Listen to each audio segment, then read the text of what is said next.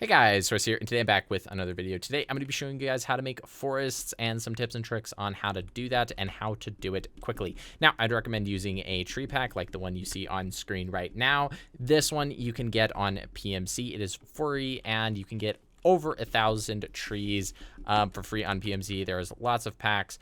It'll be down in the description below. Now, as you can see, I picked out just 8 trees for this example. We don't really need any more than that, but I am going to edit this terrain just a little bit using GoBrush. And as you can see, I'm just going to enable the brush. I'm going to size it up a little bit, and then I'm going to grow the intensity. Now, let's say that you have a few mountains, placed around your map, and I'm going to show you why that I'm placing these mountains in just a second. But don't worry, this is not a tutorial. This is all about forests. But for example, you're going to pick a fantastic tool. You can literally choose anything from the netherite hoe to the wooden tool. You can literally pick anything out of here, and that will be a bindable tool.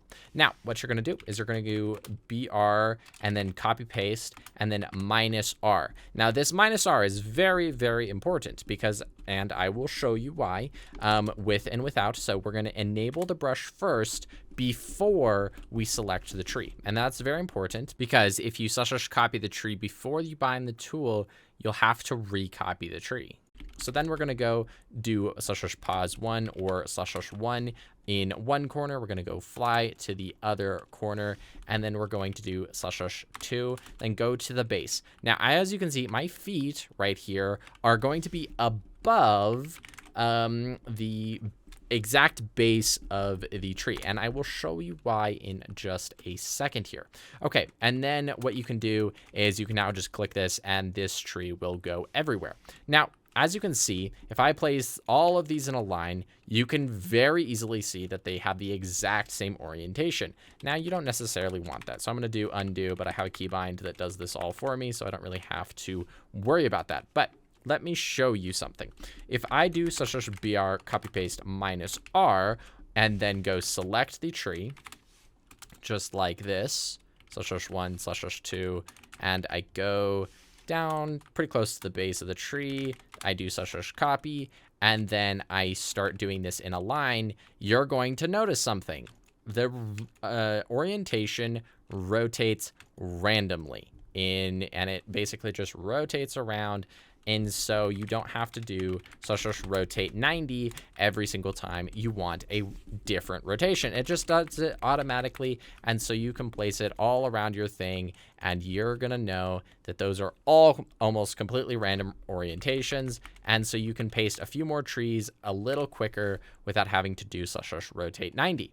Now, I'm going to also now show you why I choose to do the copying at the base of the tree. So I'm just going to quickly select it again.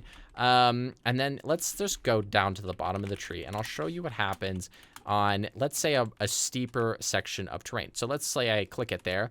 Watch what happens. See, now there's just a bunch of air blocks under it, and it just doesn't look like it's in the ground. So you have to find extremely flat locations to be able to make sure that it looks like it's going all the way into the ground, which is not really what you want. So that's why when I copy, if I now copy up here and then I paste into the ground, you are significantly more likely to have the tree be in the ground. Now, here is another example of a pitfall that a lot of people will do.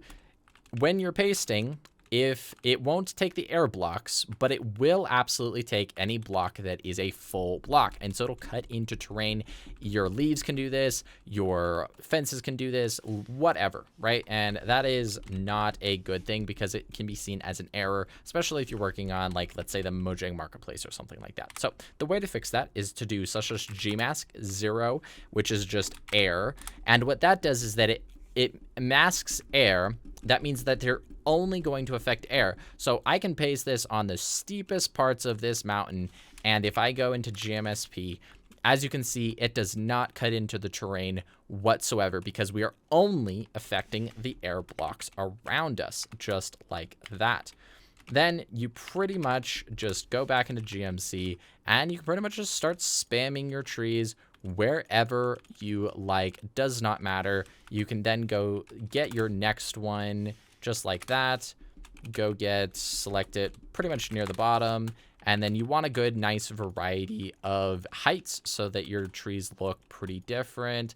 And then just like that, you can just pretty much just spam it around. And then what I like doing is I always like having a little bit of variety in the trees that I have. So again, I'm going to do this just like that. And then I'm going to go over here and I'm just going to, you know, basically spam them. Make sure you don't spam them on top of each other because that is bad. Try not to use a tree too much, especially really close to each other, just because it tends to make it look a lot more copy and paste. So what you want to do is you want to like blend them out. I would use anywhere from 3 trees to like 7 trees. If you're getting really wild out there, like I wouldn't use pine trees and jungle trees in the same thing unless that's the vibe you're going for. Of course, building is all about being creative and you can do whatever you like. Anyway, guys, hopefully that helps. Super simple, super easy. Peace.